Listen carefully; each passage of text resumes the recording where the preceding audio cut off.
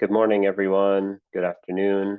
Thanks for joining our webinar on the Abacus label. We're excited that you could join us today. We're going to give folks just a minute to jump on the call or on the webinar, and we'll walk through a little bit of housekeeping, and then we'll get into our slides. So I'll give it another 30 seconds or so just to let people in.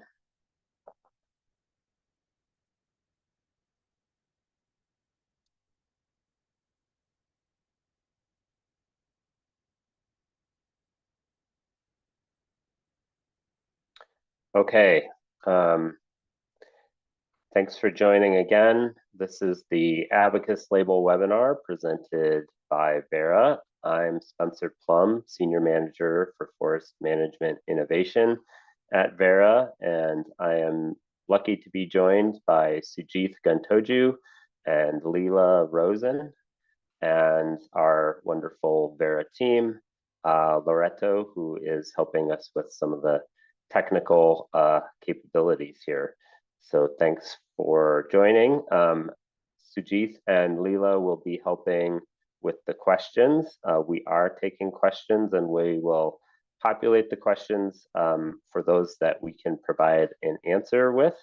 And then we'll also be collecting questions and providing responses. If your question is not answered, feel free to email us at forestcarbon@verra.org. That's a good way to get your questions into us and get a response. And we will be leaving a little bit of time at the end of the presentation for live questions or for questions that have come in that Sujith can pose to me or answer on his own. And so there will be a little bit of Q&A in that way. I also want to let folks know that this is being recorded and that the recording will be shared with you if you signed up via the link. It'll be shared with you over email within the next 24 hours. There will also be a version of this on YouTube, and there's going to be a link on our webinars page on the Verra website. So I think that covers all of the housekeeping things, and we're ready to jump in.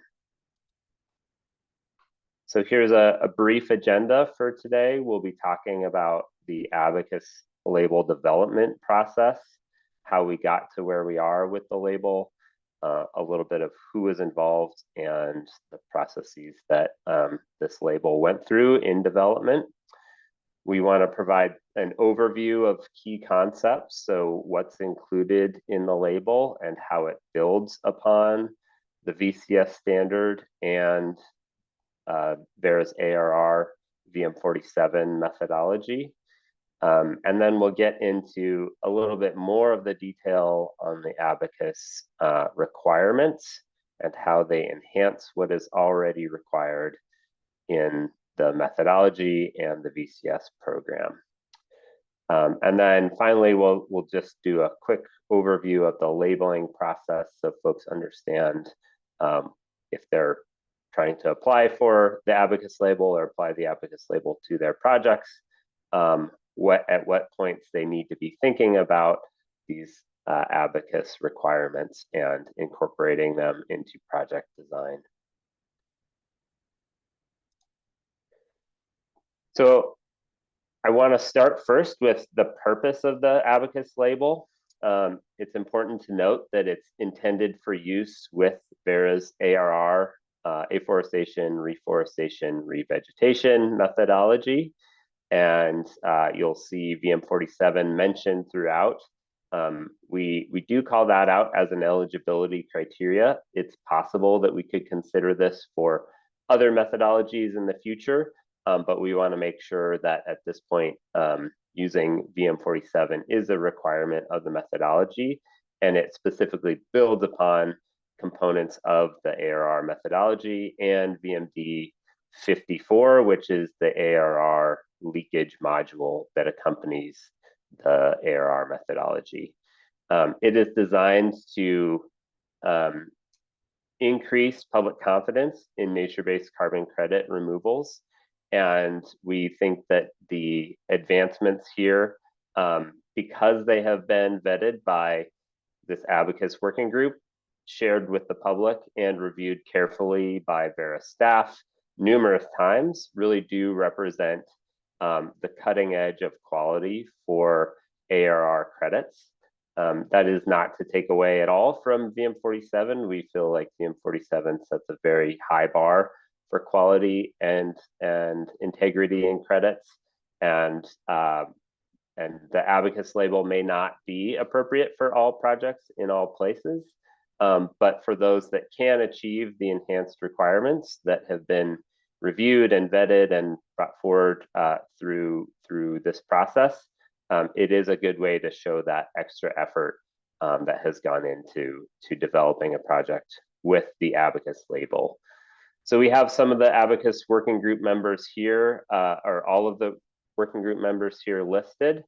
And I think it's important to just recognize that these are both academic and professional experts in nature-based solutions and voluntary carbon market across the board. And so we feel really confident in their review and their concepts that they've brought forward and tested and worked through, and also very grateful for the work and time that they have put in and the leadership that they have shown to get us to where we are with the Abacus label. So very appreciative of their support along the way. And also worth noting, we couldn't have done this without lots of input from Verra staff. Too many to mention here, but this has been through many rounds of review, lots of great input from our team. And so we're excited to put something out in the world that we feel like is both cutting edge and operational, and excited to move forward with it. Again, just to highlight the process that this has gone through. So I mentioned a lot of the folks that have participated as the Abacus working group, but there's also been process behind this. So this has been ongoing for the better part of 2 years, where we've received the concept of the Abacus label and started workshopping it. At the same time as a lot of these concepts were in development, you would note that the ARR methodology was also in development. And so there is some iteration of what ends up in the Abacus label and maybe what ends up in the VM47 ARR methodology. And there was some back and forth on those concepts. And I think that actually helped strengthen VM47 and is a part of what we hope the Abacus label can do in informing the VM47 and VMD54. It's a tool for learning. But in this process, we took concepts, we got public input early on before we had a final draft of the Abacus label. These were just the ideas that we wanted to get a better read on from the market, from stakeholders.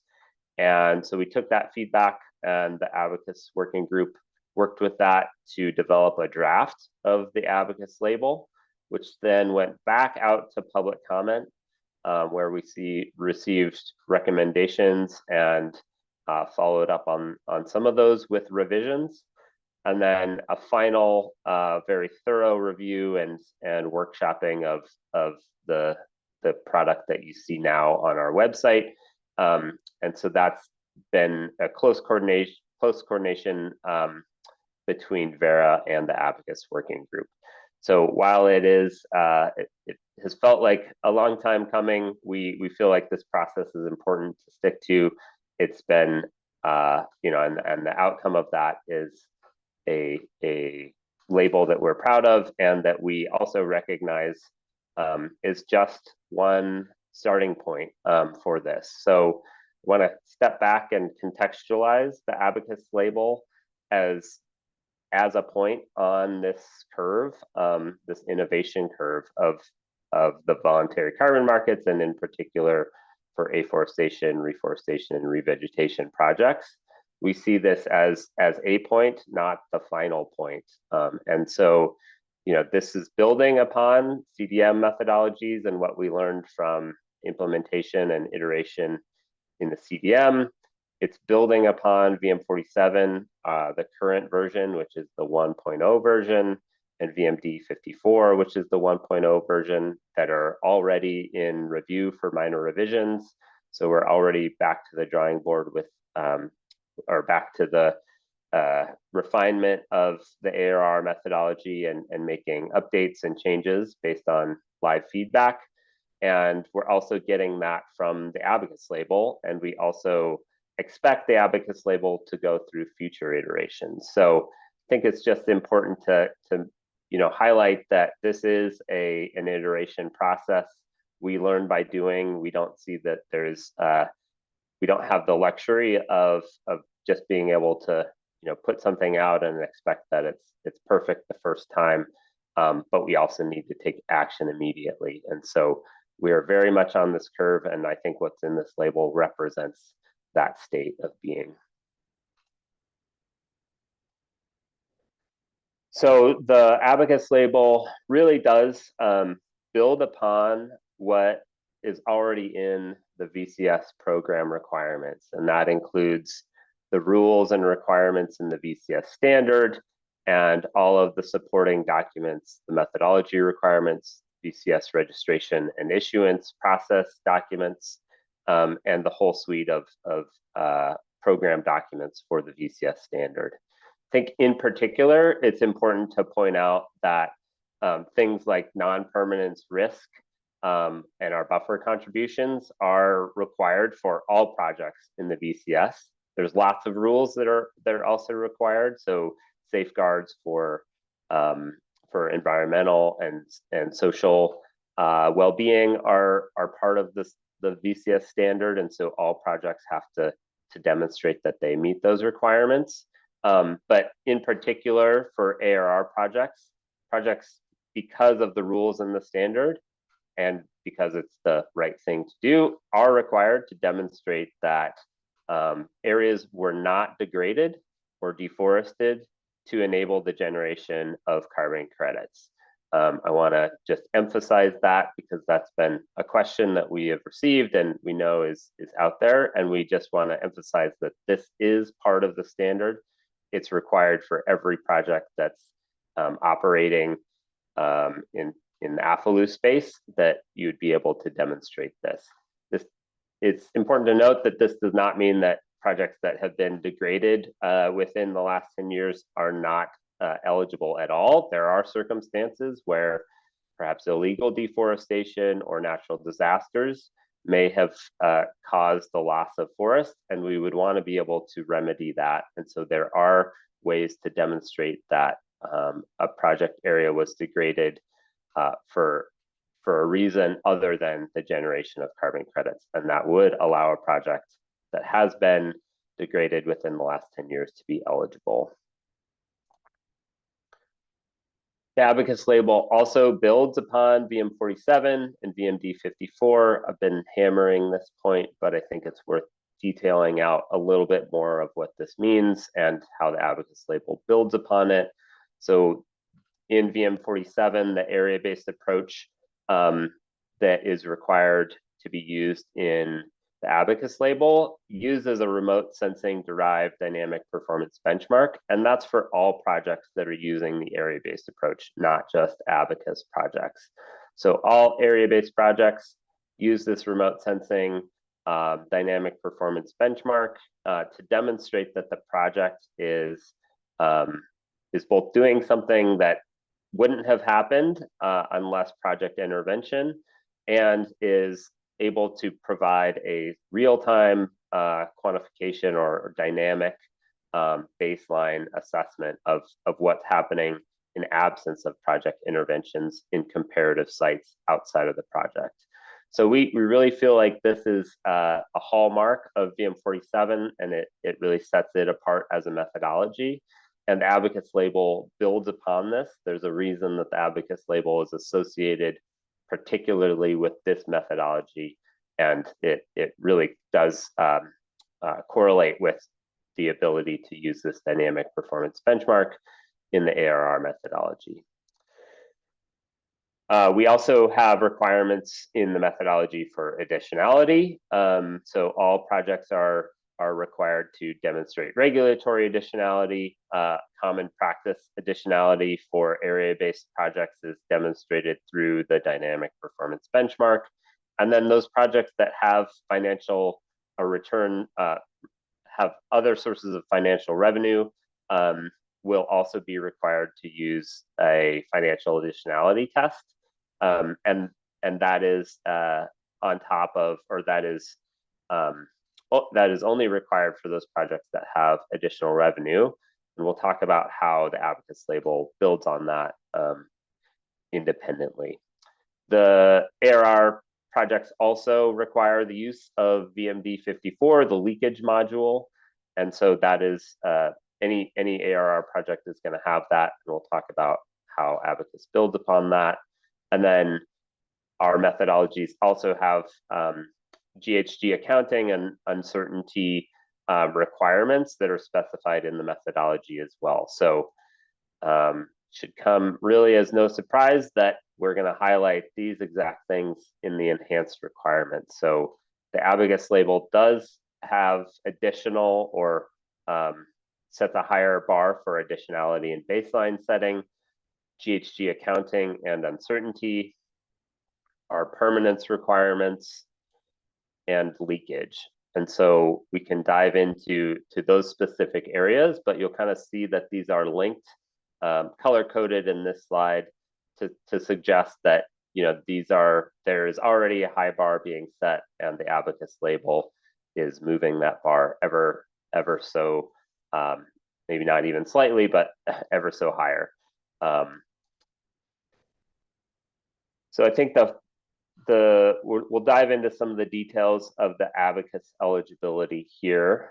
And this is where we get into the nuts and bolts of how the Abacus label works. So projects must use the most recent versions of the ARR methodology and the ARR leakage module, VMD54. And this is to ensure that projects are using those most current versions in order to be eligible for the Abacus label. So if we think back to that innovations curve, we know that there are, you know, likely to be updates. And so we just want to make sure that if you're applying this label, you're keeping up with those updates in your project. Verifications must be initiated with the most recent version of the Abacus label. And that's the same concept. There may be iterations of the label, 1.1 version or a 2.0 version. And if you're going to receive the Abacus label on your current project, you have to go find the most current label and use the requirements therein. The project's crediting period cannot exceed 40 years, and we'll talk a little bit about how this relates to permanence, but this is an eligibility criteria in the Abacus label. And so important to note that as you're thinking about or designing a project.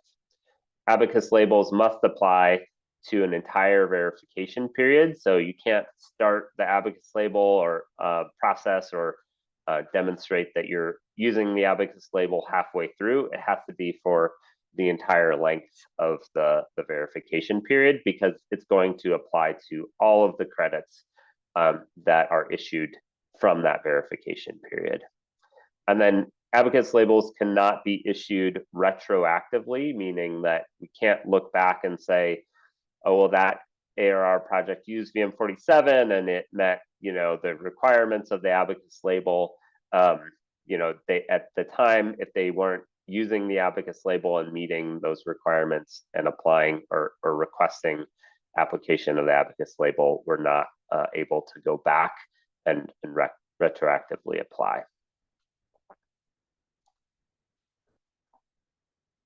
So on key concepts, we'll touch on first additionality and baseline setting. So we have already mentioned that the Abacus label requires the use of the dynamic performance benchmark, so the area-based approach in VM47. So it's pointing out a pathway within VM47 that must be used in order to apply the Abacus label. And then we also are adding a requirement here that the matching covariates for matching historical covariates for creating a representative control have to use at least 5 time periods, whereas in the ARR methodology, we only currently require 3 time periods. And so we're adding those as new requirements. In this, I'm realizing that we have 4 and 6. 6 is always better, I guess, than 4, so or 5. So we're upping the ante here. But in the Abacus label, you'll see that it's actually a requirement of 5 historic time points. This is matching all of your project plots, remotely sensed project plots, with remotely sensed control plots, and will be and you'll want to be able to demonstrate that in any of the previous 10 years, if you select those control points, that they have at least similar land use or land cover. And so that gives us a stronger sense that the project is adding something and that we're not just looking at outliers. So by having this requirement, we think that we get a better match to what the historical land use outside of the project is to what's actually been happening in the project. VM47, as I mentioned, requires a financial barrier analysis. The Abacus label requires this financial barrier analysis for all projects, regardless of whether they have other revenue sources. So you may be doing a restoration project with an Abacus label under just the standard VM47. If you didn't have other sources of revenue besides carbon credits, you wouldn't be required to do this financial barrier analysis. In the case of Abacus, you would be required to take that step and demonstrate that this restoration project would not be viable without the additional revenue or without the revenue from the Abacus labeled credits.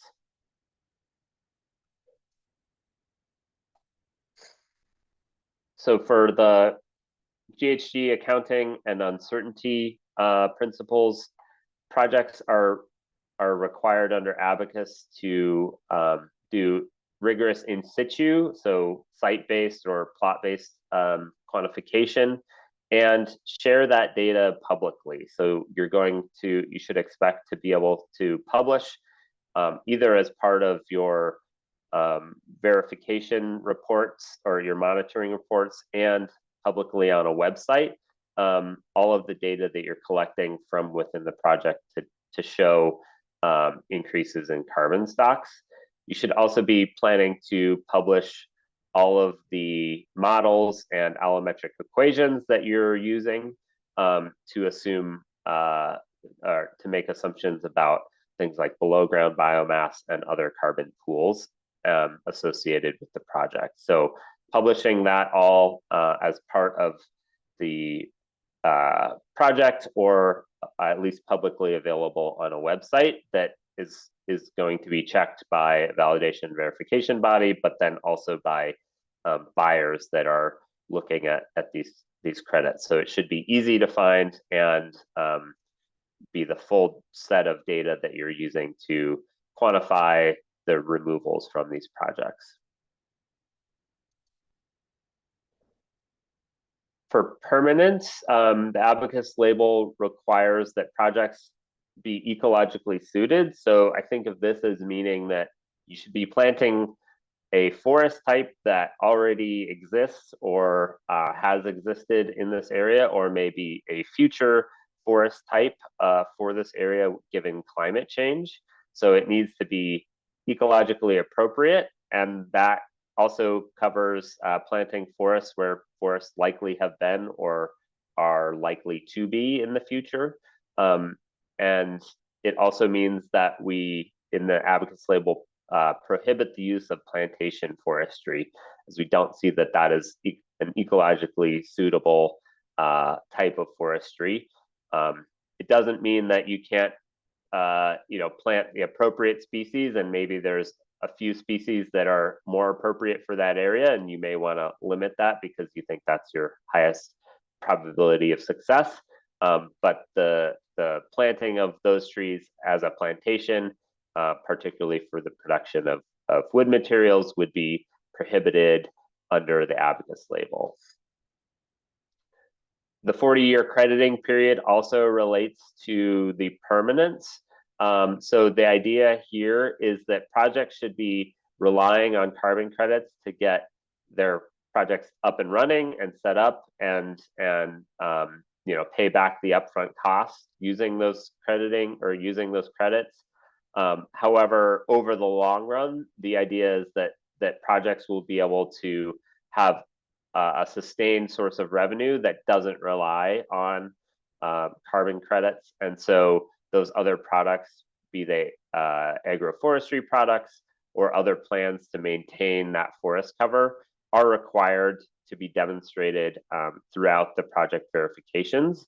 And so that's where we want to see these plans for what happens after carbon credits. So these two of concepts of financial viability and the 40-year crediting period really go hand in hand, and one should follow the other. The financial viability plans build upon this limitation of a 40-year crediting period. That also means that any additional carbon removals happening after year 40 are accruing without being credited to the project proponent. They're just accruing, and you could think of it as positive additionality or positive benefits to the atmosphere happening after year 40 in these projects.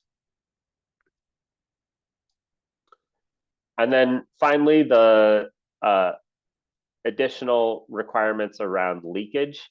So the Abacus label will require the assumption of 100% displaced leakage production. Currently, in the version that you'll see online, we do not have this requirement built out in the Abacus guidance document, because we still need to make some updates to VMD 54 to allow for this pathway to exist in the leakage requirements. And so this is a future requirement that we're currently working on and hope to have out in the coming months as an update to VMD 54. Essentially, what it'll mean is that the projects, whatever the project displaces in terms of production, must either be made up by improving productivity somewhere else, and that can currently be done in VMD 54.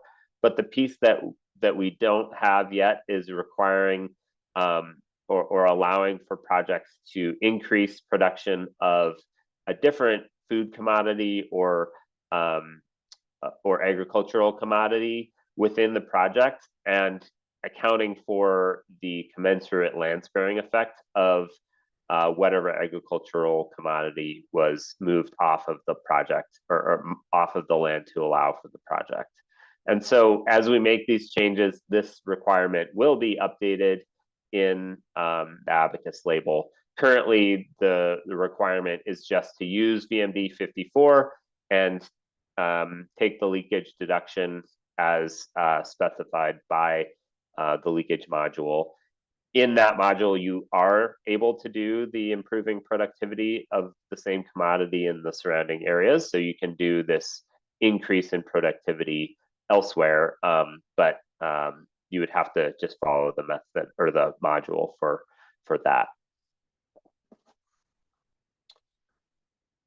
And then Abacus labeling procedure. So this is really to give project developers a sense of how to start planning if to use the Abacus label if they are planning to use it. So I think it's important to just note that all of the things we ran through, you should be thinking about in project development. So as you're putting together these projects, a lot of this will need to be in your head as you're thinking through how this project is going to come together. Some of these requirements are going to be, you're going to need to demonstrate that you have thought through them or will be included in the project description. And so that's occurring, the work on that is occurring even before project validation. But then all of these requirements are only checked at project verification. So the VVB will not be doing a check at validation for Abacus requirements. It's really incumbent upon the project developer to have those requirements clearly laid out and use the Abacus guidance document to document everything in the project description, so that when it goes to verification, it makes it easy for the validation and verification bodies to look down through the requirements and validate that or verify that all of the requirements are currently being met. Assuming that this is the case, then the project goes through verification. Verra will also look at Abacus requirements during its review of the verification report. And then when the projects are approved to issue credits, those credits will come with the Abacus label. And so I think this just points to the amount of pre-planning that's needed and knowing when exactly those things will be checked by a validation and verification body and by Verra. And finally, just to zoom back out again, I want to reiterate that this is a point on the innovation curve, not the end point. So we're already anticipating our minor revision for VM47. As soon as that is complete, we will be thinking about a major revision to VM47. And some of what we're learning from the Abacus label through implementation of the Abacus label could be incorporated into VM47. That's really what's exciting about this, is that it is a way for us to think about and try out things that we may want to see if we can work into VM47.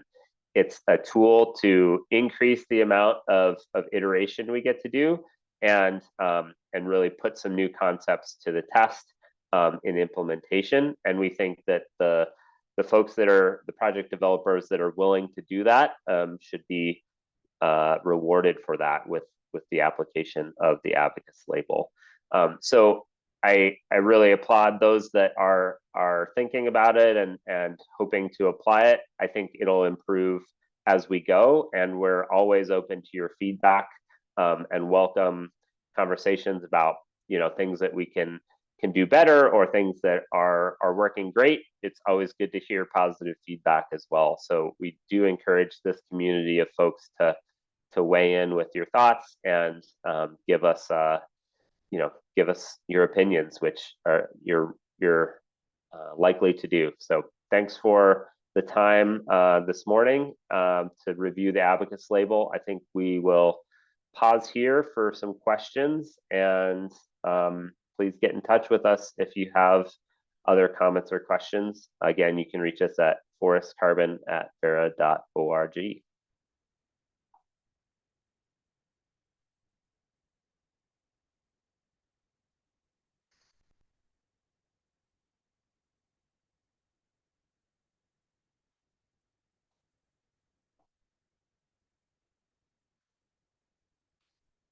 All right, Sujit, do you have any questions on the queue? Hi, Spencer. So yeah, one of the questions I think we can address multiple ways. So I'm kind of asking this under a scenario of VM47 and VMD module application, monocultures implemented as a part of landscape approach to restore soils and gradually incorporate native species, which no harvesting can apply to the Abacus label. So I think the question there is focused on the monoculture component. And I would say that, that's an example of where the Abacus label doesn't apply, but that project may have, may be able to generate high quality VM47 ARR credits, right? So we do have the rules around the use of plantations. And I think that that's one of those things where we have to stick to those definitions and say that's not exactly what we would like to see for projects receiving the Abacus label. But we also think that there is a pathway for that project forward under VM47, and that there could be great credits that come out of that. Great, perfect. One of the questions is related to the what about projects that combine both methods, census-based and area-based? And in addition to this, I'm just adding, why are we restricting census-based projects? I mean, why are we only limited to area-based projects in the Abacus? So I think for the time being, the area-based, because it uses the dynamic performance benchmark, that's really the hallmark of what we want to see in the Abacus label. We think that's the direction things are headed generally. So that's the reason for using the area-based approach in an area-based and census-based project. I suppose you could meet all the requirements for the area-based projects, and that may be also true for the census-based projects or component of the project. But you would only be getting credit, those credits with the Abacus label would be only those that are associated with the area-based approach. And again, this is an area that we need to give some thought to think about, how could the census base be incorporated? Is that something that we're able to do? Our thinking on that will probably evolve.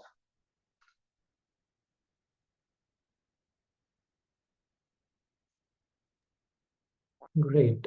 Just reminders, people can still ask questions and we can answer them. And one more question is related to why are we restricting the longevity of maximum 40 years? And that's as an eligibility and as well as the, yeah.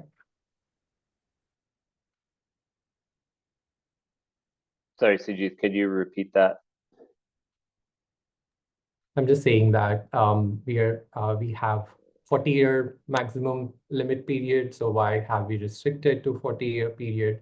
Well, it's also one of the questions, like using 40-year as a project longevity impact negatively the NPRT assessment, why Abacus pushed that way. So it's kind of two questions. One is why we restricted ourselves to 40-year and how it's kind of linked with the NPRT and negatively impact. Thanks. Yeah, so the 40-year requirement was, again, focused on using carbon credits to get reforestation or revegetation established, and then having plans in place to ensure that those reforested areas stay as forests and continue to remove carbon from the atmosphere, but not necessarily be credited for it. So the thinking there is that you actually get more carbon benefit by setting a requirement of a 40-year crediting period and then demonstrating that those projects have plans in place to maintain that forest cover or that vegetative cover after the 40-year mark. And so it's a really complementary requirements there to say these projects are going to likely generate more benefits than they will initially get credit for. We do try and align with the project longevity requirements for the VCS program, and so that 40-year mark is what's required for the VCS program. There are likely to be some, or there will be a penalty in the NPRT tool, but that's also just a part of using Verra's methodologies and working in Verra's, that projects are going to have to contribute something based on their risk profile to the buffer pool.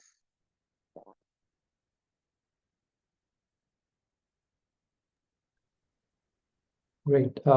So What do you envision with the obligation to analyze financial additionality for the projects that have no other source of income apart from carbon credits? So I think that the same financial barriers analysis, so an NPV or IRR assessment can demonstrate, fairly clearly that the projects are additional. It would just reflect that there aren't those other sources of revenue, and that's really what we're after for these projects, is to show that without the implementation of the project, there isn't something else that's motivating the planting of these areas.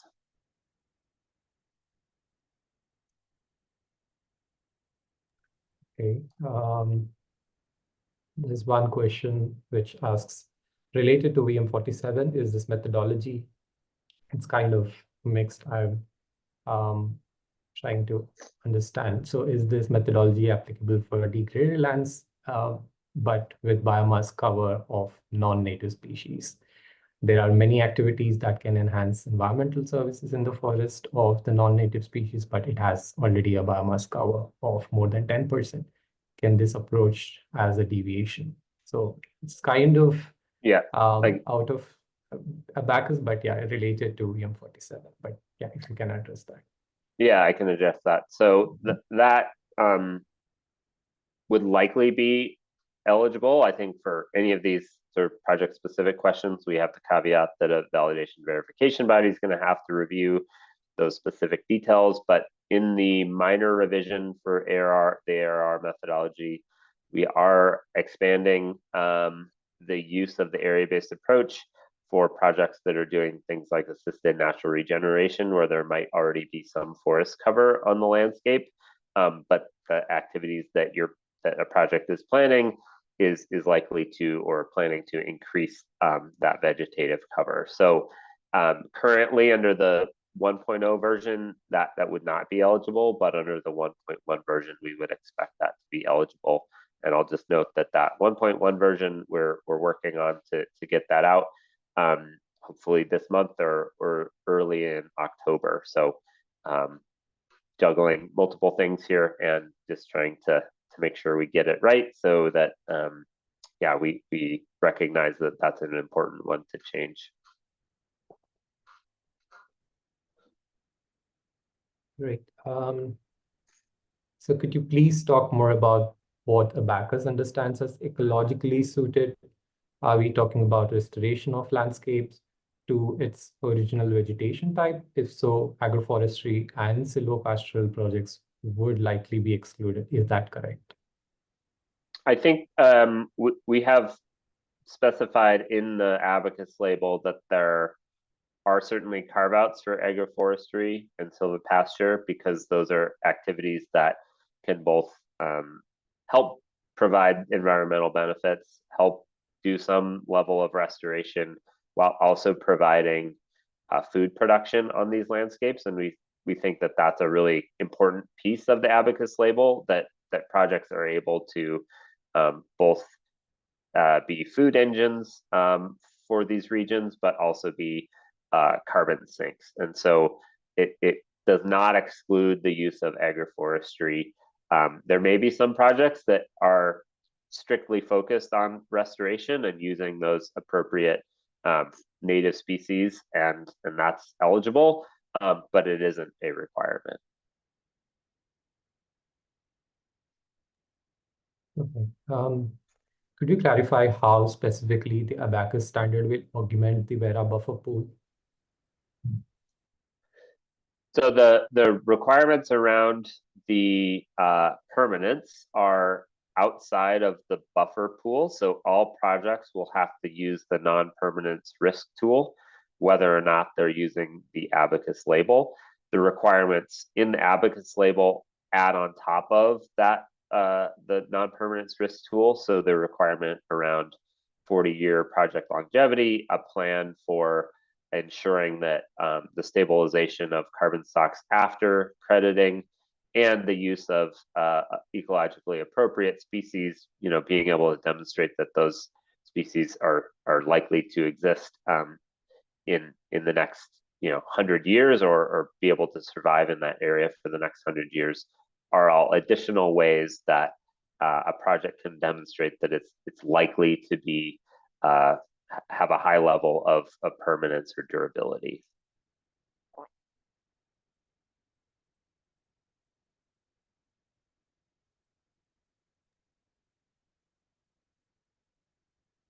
Okay, I think I'll take one more. So this kind of does the shift of Abacus label change the allometric equations that were normally stated on the VM47 methodology? No, it doesn't change them, but it would require clear justification for their use and explicit statement or explicit demonstration that those are the allometric equations that you're using. So I see that as a two-part thing where you're saying we're using this equation and it's appropriate here. Here's the evidence for why that's appropriate.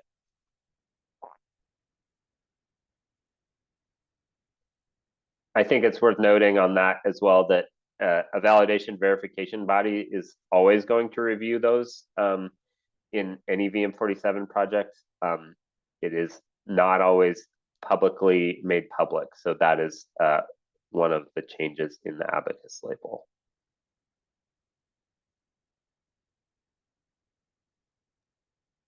Great. If you want to take one more, I have one, but Sure. you can close if you. Okay. Regarding commodity leakage mitigation, could you talk a bit about how this would be possible? And I don't know if it's already been said, but what is forecast for revision of leakage tool to enable the cross commodity mitigation? So if you can talk about the VMD 54 update. Sure. Yeah, so the concept is that if you're, let's say, moving cattle off of your project area, the average, head of production of cattle is going to be, what you're using to calculate for that region is what you're using to calculate leakage. So if you have 100 head of cattle and, there's, you're going to have to figure out how much land is going to be taken up somewhere else to move those cattle into other lands. And we're in the leakage module assuming that that is all forested lands. But let's say you're planting something like coffee, and we could think of that commodity as growing more coffee within your project area as almost reverse leakage. So you're pulling or you're meeting demand for coffee within the project, and so you're avoiding deforestation for coffee somewhere else. And so the thinking is that you could compare those averages of the commodity production for the commodity that you're losing and the average for the commodity that you're gaining, and see how they average out to understand if you're actually maybe negating some of the leakage that would be caused by moving cattle elsewhere by growing coffee on your project. So there's, I think, more work to be done on the VMD 54 to figure out how to do that. We've been working with the Abacus working group to figure out those components, and that will be part of a major revision to VMD 54 in this upcoming major revision round that we anticipate starting sometime in Q4 of 2024.